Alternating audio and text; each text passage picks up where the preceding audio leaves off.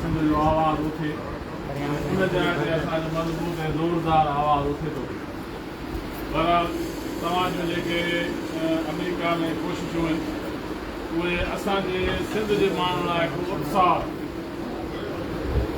उहो इन तरफ़ खां हिकु त असांजो बिन अक़वामी तौर ते असांजे सिंध जा जेके बुनियादी इशूज़ आहिनि उहे खणो था तमामु घणो बेबाकी था ऐं ॿियो त हिन जा जेके सिंधी नौजवान अचनि था उन्हनि जी तव्हां मालकी कयो था उन्हनि खे तव्हां पंहिंजो ॾगु ॾसियो था उन्हनि जी हिमत अफ़ज़ाई था ऐं असांखे इहा ई उमेदु आहे त जंहिं तसलसुल में तव्हां हलो था ऐं जंहिं सफ़र में तव्हांखे सरवाणी मिली आहे इहो अॻिते हली मां सम्झां थो त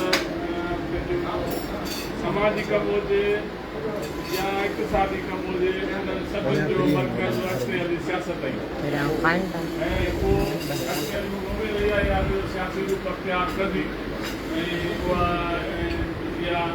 सियासी सुवाल खां सवाइ सिंध जो सुवाल हो सिंध जो मसइलो सिंध जा इशू हल थियणा ई तव्हांजी वॾी महिरबानी तव्हां असांखे टाइम ॾिनो गॾु दोस्तनि खे तव्हां सां मिली करे असांखे ख़ुशी थी तमामु घणी ख़ुशी थी तव्हांखे मां तव्हांखे सवाल न कयो जेको बि दोस्त साईं सवाल करे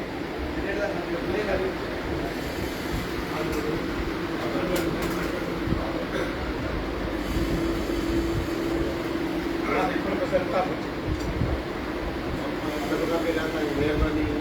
कई है सरदार जो बारे में दुनिया में ख़बर आहे त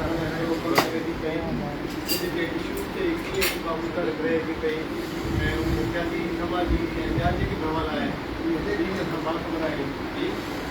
जीअं तव्हां जेको चाचा खे मोकिले छॾिजो फोटो हाणे ई मोकिलियो कल्ह विया हुया उते ऐं हुन सां मिली आया ऐं उनखे